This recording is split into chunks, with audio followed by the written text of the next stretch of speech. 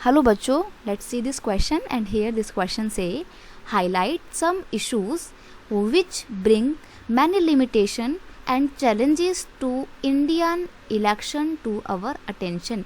यानी कि इंडिया में जो इलेक्शन होते हैं वो कौन कौन से इश्यूज़ हैं, वो कौन कौन सी ऐसी बाधाएं हैं जो इंडिया में होने वाले इलेक्शंस को लिमिटेशन प्रोवाइड करती हैं और चैलेंजेस खड़े करती हैं उनके आगे। ठीक है, इस क्वेश्चन को कुछ इस तरीके से भी पूछा जा सकता है, explain the challenges and limitation to free and fair election. यानी कि फ्री और फेयर जो इलेक्शन होते हैं इंडिया में उनके आगे कौन कौन सी चैलेंजेस आते हैं। ये बहुत ही डायरेक्ट पूछा गया है और ये घुमा फिरा के सेम बात पूछी गई है। ठीक है, तो आपको कंफ्यूज नहीं होना है।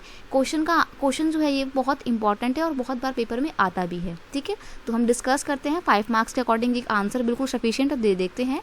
Challenges to the free and fair election in India are as follow. जो चैलेंजेस आते हैं इंडिया में फ्री एंड फेयर इलेक्शन को कंडक्ट करवाने में वो कौन कौन से, वो ये रहे पाँच चैलेंजेस ये रहे।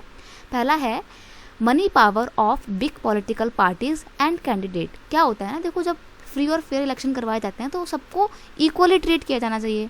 सारी पॉलिटिकल पार्टी इक्वल होती हैं, सबको नए सिरे से अपनी शुरुआत करनी है, नए सिरे से अपना जनाधार जो है जनता के आगे लाना है, मतलब अपना एक विश्वास सारी जनता को दिलाना है। लेकिन इसमें क्या होता है ना, जो पैसे वाली पार्टी होती हैं, जो बड़ी बड़ी पार्टियां होती हैं जिनका पहले से ही बहुत नाम होता है ऑलरेडी और जिनके पास बहुत पैसा होता है, तो वो क्या करती हैं ना, वो वोटर्स को लालच देती हैं कि आप हमारे को वोट देना, हम आपको ये देंगे, हम आपको पैसा देंगे। कई बार क्या होता है ना, डर्टी पॉलिटिक्स भी यूज़ जो है करी जाती हैं। जैसे कि कई बार कुछ पॉलिटिकल पार्टियाँ करती हैं ना, लोगों को वाइन की बोतल, शराब की बोतलें बांटी जाती हैं कि आपने हमारे को वोट दिया तो हम आपको शराब की बोतल देते हैं, हमारी रैली में आइए आप। तो लालच दिया जाता है। तो मनी जो है वो इलेक्शंस को फेयर नहीं बनाती है। ठीक है, कई बार पैसे के बल पे पॉलिटिकल पार्टी बहुत जीत भी जाती हैं, तो ऐसे में इलेक्शन फ्री नहीं हो पाते हैं, फेयर नहीं होते हैं वो इलेक्शन। ठीक है, तो एक पैसा जो है ये बहुत बड़ी प्रॉब्लम है हमारे इंडिया में इलेक्शन के आगे। ठीक है, नेक्स्ट प्रॉब्लम है फैमिली पॉलिटिक्स। फैमिली पॉलिटिक्स का कॉन्सेप्ट इंडिया में बहुत पुराना है, कोई ये अभी का फेनोमेना नहीं है, ये बहुत लंबे समय से चला आ रहा है।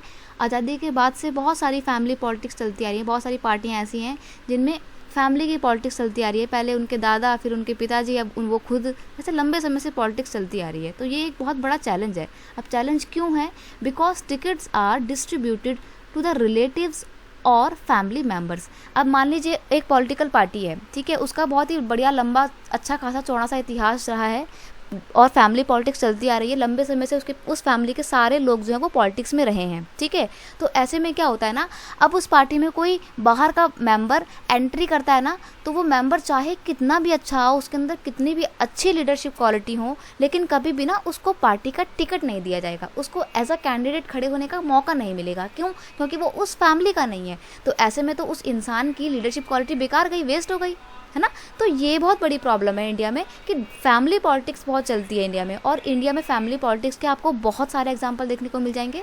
सेंट्रल गवर्नमेंट की जो पार्टियां हैं उनमें भी आपको बहुत सारे एग्जांपल देखने को मिल जाएंगे। आज़ादी के बाद से चलता चला आ रहा है ये प्रोसेस। ठीक है, नेक्स्ट है आपका election offer literal choices as there is similarity of the parties in policy and practices. कई बार क्या होता है ना, हम कहते तो हैं कि फ्री एंड फेयर इलेक्शन के लिए बहुत सारी चॉइसेस होने चाहिए वोटर्स के पास। ठीक है, वोटर्स के पास बहुत सारी चॉइसेस होनी चाहिए ताकि वो किसी को भी चूज़ कर सके। लेकिन एक्चुअल में ना ऐसा होता नहीं है, बस पार्टी के ना नाम ही अलग अलग होते हैं, अदरवाइज सबकी पॉलिसी सेम होती हैं, सबकी प्रॉब्लम सेम होती हैं। सब लोग कहते हैं कि हम गरीबी पे काम करेंगे। अब बीजेपी वाले भी कह रहे हैं कि हम गरीबी पे काम करेंगे, कांग्रेस भी कह रही है कि हम गरीबी पे काम करेंगे, आम आदमी पार्टी भी कह रही है कि हम गरीबी पे काम करेंगे, तेलुगु देशम पार्टी भी कह रही है कि हम गरीबी पे काम करेंगे। तो ऐसे में बहुत सारी पार्टियां तो यही करेंगे हम गरीबी पे काम करेंगे। तो लोगों को समझ नहीं आता ऐसे में कि हम किसको वोट दें, सभी लोग तो गरीबी पे काम करेंगे। तो क्या हो रहा है ना, पॉलिसी सबकी सेम है, बस पार्टी का नाम अलग है। तो ऐसे में इलेक्शन लोगों के पास ना चॉइसेस नहीं रह जाती हैं, क्योंकि उन्हें पता है यार सब लोग तो एक जैसी पॉलिसी दे रहे हैं हमारे को, राइट। तो ये भी एक बहुत बड़ी प्रॉब्लम है। नेक्स्ट है criminal element entering into the political फ्रे मतलब ये जो पॉलिटिक्स का एक दायरा है ना, पॉलिटिक्स का जो एक पूरा एरिना है, इसमें कुछ अब ऐसे एलिमेंट भी आ गए हैं, कुछ ऐसे नेता लोग आ गए हैं जिनका बहुत ख़राब क्रिमिनल इतिहास रहा है, जिन्होंने बहुत सारे गलत काम किए हैं, क्रिमिनल एक्टिविटी में इन्वॉल्व रहे हैं, लेकिन फिर भी अपनी दादागिरी के बल पे या किसी भी माल प्रैक्टिस के थ्रू वो अब पॉलिटिक्स में आ गए हैं। तो ऐसे में जब वो पॉलिटिक्स में आ जाते हैं तो फिर फ्री और फेयर इलेक्शन नहीं हो पाते हैं इंडिया में, क्योंकि फिर वो लोगों को डराते धमकाते हैं। तो ये भी एक बहुत बड़ी प्रॉब्लम है इंडिया में इलेक्शन के सामने, ठीक है। नेक्स्ट है disadvantage to the smaller parties and independent candidate. कई बार क्या होता है ना, कुछ छोटी मोटी पार्टियां जिनके भी बहुत ज़्यादा पहचान नहीं है पूरे कंट्री में, पूरे स्टेट में, ठीक है, और कई बार कुछ इंडिपेंडेंट लोग जो खड़े हो रहे होते हैं, नए नए तरीके से बिल्कुल खड़े हो रहे होते हैं, तो वो लोग ना जीत नहीं पाते हैं। क्यों नहीं जीत पाते? क्योंकि एक तो पहली बात उनका नाम नहीं है इतना, ठीक है, उनके पास फिर पैसा भी नहीं है, क्योंकि अभी नई नई पार्टी है। तो ऐसे में क्या होता है ना, छोटी मोटी पार्टियां जो है ना वो दब जाती हैं और एक टाइम बाद वो फिर इस कंपटीशन से आउट हो जाती हैं। तो फिर क्या होता है, सिर्फ जो बड़ी बड़ी पार्टी हैं इलेक्शन में सिर्फ उनका ही दबदबा रहता है। तो जो ये इलेक्शन रहे फिर तो फ्री और फेयर नहीं रहे, क्योंकि छोटी मोटी पार्टी को तो आगे आने का अवसर ही नहीं मिला, मौका ही नहीं मिला।